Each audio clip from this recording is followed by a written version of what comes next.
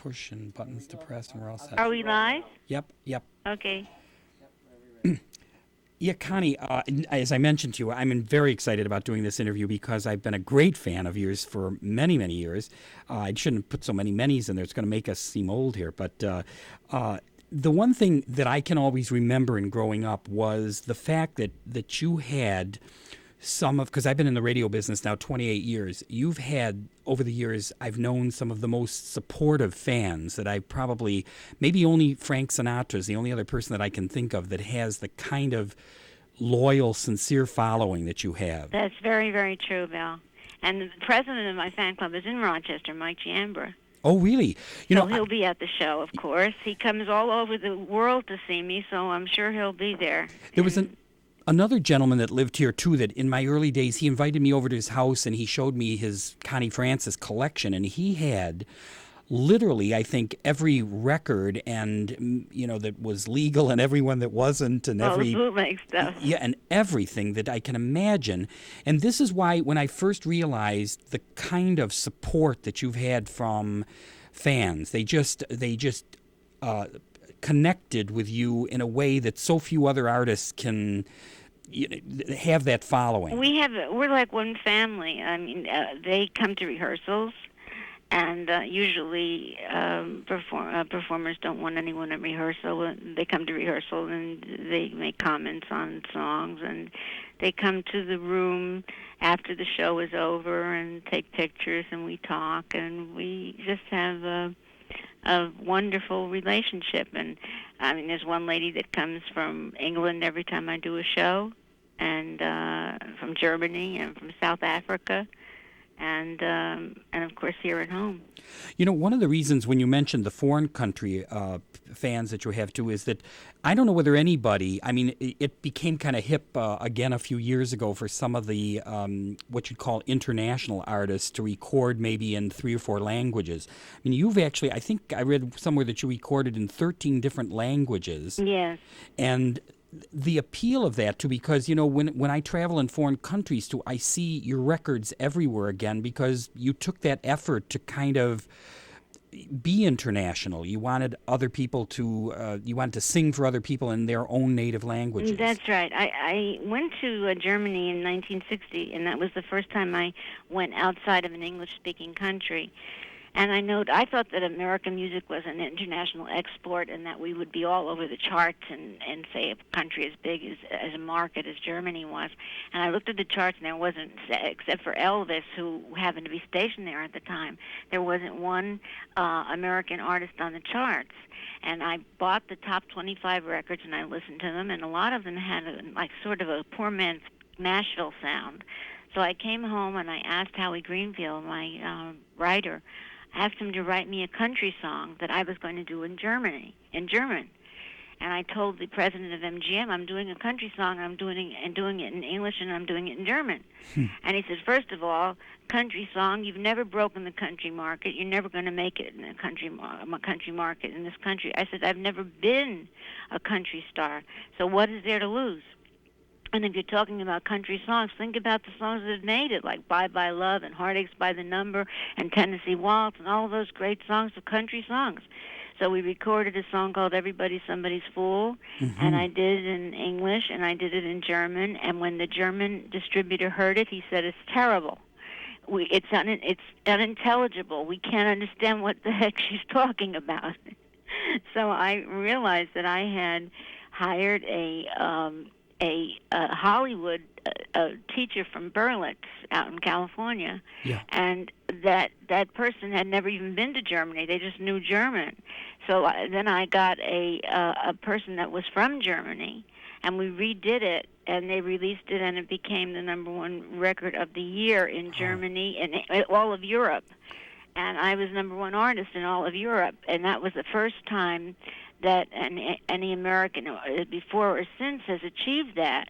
And it was because I recognized that the barrier for American music was language. How could people get excited about love songs they didn't understand the words to? Mm-hmm.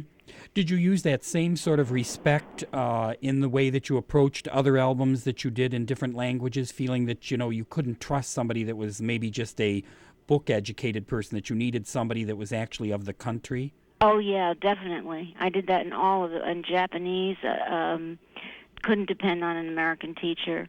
French, only did them with French and Spanish, and well, Italian I knew, but I didn't know Napolitan in Italian because only the songs my grandma taught me when I was a little girl. So I had a teacher who was from Naples and taught me to sing in Napolitan, and that was very important because most of the Italians that came to this country weren't rich people. They didn't come from the northern part of Italy. They came from the provinces like Naples and Bari and Sicily and places like that, and they wanted to hear a dialect. They didn't want to hear pure Italian music. Connie, is it in a time when so many people are talking about some of the younger television performers who started out being a celebrity so early on, is it difficult when you look back at the fact that you've performed literally since I believe you were 7 years old? And I mean, you were doing talent shows, important national talent shows, when you were like 10 years old. I mean, that's very young. I was 4 when I started out. Yeah. I was 4. I did a show a year after I started taking accordion lessons. You know, every Italian girl who had an Italian father who was living played the accordion. Mm-hmm. So I played the accordion, and my father never considered me a singer. You know, he wanted me to open my own accordion school of music. And meanwhile, I was singing with the accordion, and everybody was raving about my singing, but nobody was paying attention to the accordion. But anyway, I did my first concert a year after my first lesson, and I sang Anchors Aweigh with a big orchestra. And I heard this sound, the audience started to chuckle, and I heard this sound of applause, and it was like heaven to my ears. And I said, oh, nobody ever had to push me. Like, I didn't need to have a stage father or a stage mother. I loved it from the first time that I was on a stage. So there was a sparkle there that just made you, because you're literally what could be called a lifelong singer. I mean, you sang all of your life. Right. Can we go to some memory things? Like, can you remember in 1958 Dick Clark's American Bandstand where you sang "Who's Sorry Now" for the first time? Yeah, well, I wasn't on it. Just the song was played. It was a holiday. It was the 1st of January, and we had all our relatives over, you know, for a big dinner, and just like 8.5 million other American teenagers, at 4 o'clock, my brother and I rushed over to the television set, and we turned on American Bandstand. And I didn't know that my distributor had brought the record over to Dick Clark, had brought Who's Sorry Now over to Dick Clark's office 3 months earlier when it was released. It was dead as far as we were concerned because it was out for 3 months and nothing happened to it. So Dick Clark said, well, here's a new girl singer, and she's headed straight for the #1 spot. And I said to myself, good luck to her. And then he played Who's Sorry Now. And I yelled out, Daddy, Daddy, it's Who's Sorry Now. And he said, oh, no, it must be somebody else's record. Your record's dead. Wow. Oh, Daddy, Daddy, come here. It's my record. And it was like, and I knew then in 5 seconds that my life would never be the same. Wow. Now, I understand also from some reading that I've done that you actually, even though this film is on television, it seems to me almost like once a month I see it now. And it's always easy to watch because it brings back to me maybe just a little bit of an easier time that we lived in. I'm finding quite a bit of difficulty in getting through a day-to-day routine with all the rudeness and everything that's around me. But when you see where the boys are, it gives you a nice feeling of that period of time. And I went to Fort Lauderdale one year with a bunch of guys. But I heard you didn't actually like the film and didn't really see it for almost 20 years. I didn't like myself in the film, and I had only seen the dailies, you know, what we did each day.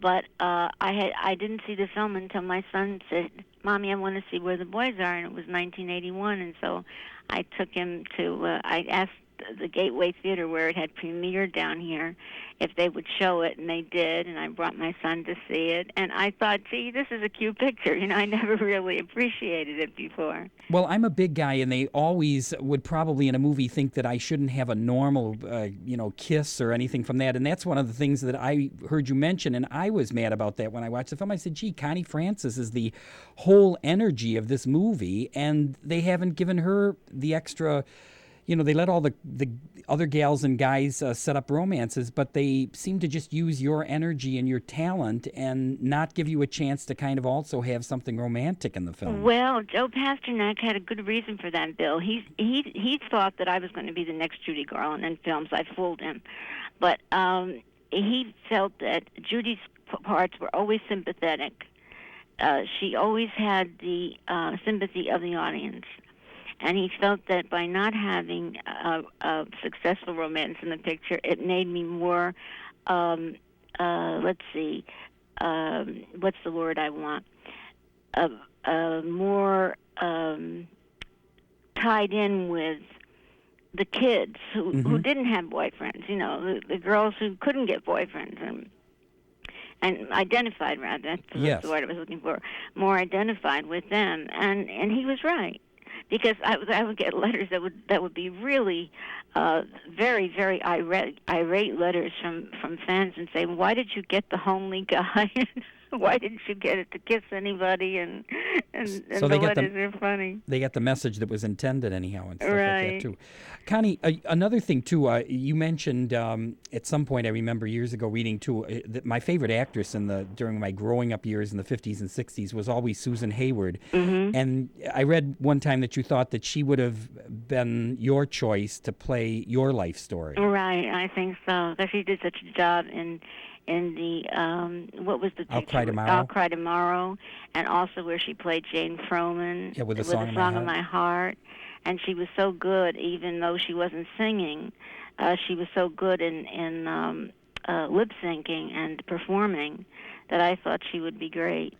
There were two singers when I was growing up that fascinated me because I don't know, but at some point in my life, I did have some people can do all kinds of things and they can't do other things. One of the things, I really could listen to a singer and be impressed for certain things that they did. Your voice and another singer at that time, Laverne Baker, were the only two singers that I have ever heard that could sing light and easygoing, but also could switch in a second and belt or just throw out such an energy that I always thought, gee, that shouldn't be available in the same voice, the ability to... Yeah, I understand what you're saying. How do you evaluate your own voice, and would you agree with what I'm saying about the fact that it's very unusual that somebody can sing with a certain soft tenderness and then also switch to a heavier, strong, yeah, there are singers. There are many like that now. There's Whitney Houston, Dolly Parton can do that. But to me, they can't get the what I'm calling, for lack of a better word, the heavier sound in there. Even when they get forceful, they seem to be able to only do it in a certain register. Yours can get. If you needed to, you could almost growl. You almost do that kind of a really belting type of thing. And at the same time, it can be sweet and sensitive. Some of the singers that you just mentioned, I think, still sort of are stuck with staying in a certain range. They can't get the huskier sound that you can get. Brenda Lee can. Yeah, okay. Maybe I'd agree with that. But how do you describe yourself if you were asked to say what do you think about your own voice when you hear yourself? Well, nowadays I don't like the way I sound. I had some nasal surgery done in 1977, and since then my voice really hasn't been as great as it used to be when I made my initial records. People tell me I'm crazy. That was a great show. You were dynamite. You never sounded better. And this I hear after every show, but I know the difference. And the difference bothers me, of course, but no one else seems to mind it. So. Connie, another thing is that I remember reading in an article recently some advice that a singer gave to another singer. They said, hopefully the songs that you will pick to have as hits will be the kind of songs that you will want to keep doing for years and years, because when you have hits, audience wants to hear those hits. Do you feel that's strongly about the material that you have? Because there's so much variety to the stuff that you have. But No, I don't like the hit songs that I do, but I enjoy doing them because of the reaction of the audience. It brings back memories to them. They remember who they were with and what they were wearing, and it brings back memories of a sweeter time and more innocent time. And so, even though my hits, as far as I'm concerned, were not my greatest performances, those were in albums that most people never even heard. But there's I still enjoy doing them because of the audience's reaction to them. But I think that might be, sort of true. A lot of performers, probably in some ways almost get to resent some of their material because, there's so much they can do, and they think, gee, I'd like to do a whole concert maybe of just fresh stuff that are songs that I've always wanted to do. That's true. That's true. But we do the hit songs with background pictures and films of the era, and I do it almost like a story of the times. So it's not just doing one hit after another.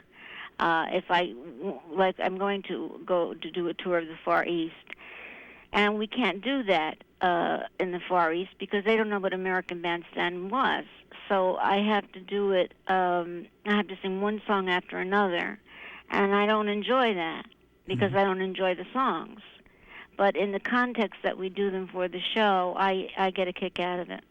Connie, do you still have the record? I believe as you're the title that you held up in at least till a few years ago, and I think it might still be true, the #1 best-selling female recording artist of all time. Yes, that's true. With I think 100 million records or something. Yes. How does that? Just looking at your career and having that kind of tremendous respect. Does that make you feel good to? How could it not? Yeah. Of course. The other thing is when you did all the languages, what did you find was maybe the easiest and the most difficult language to learn for the foreign recordings that you did?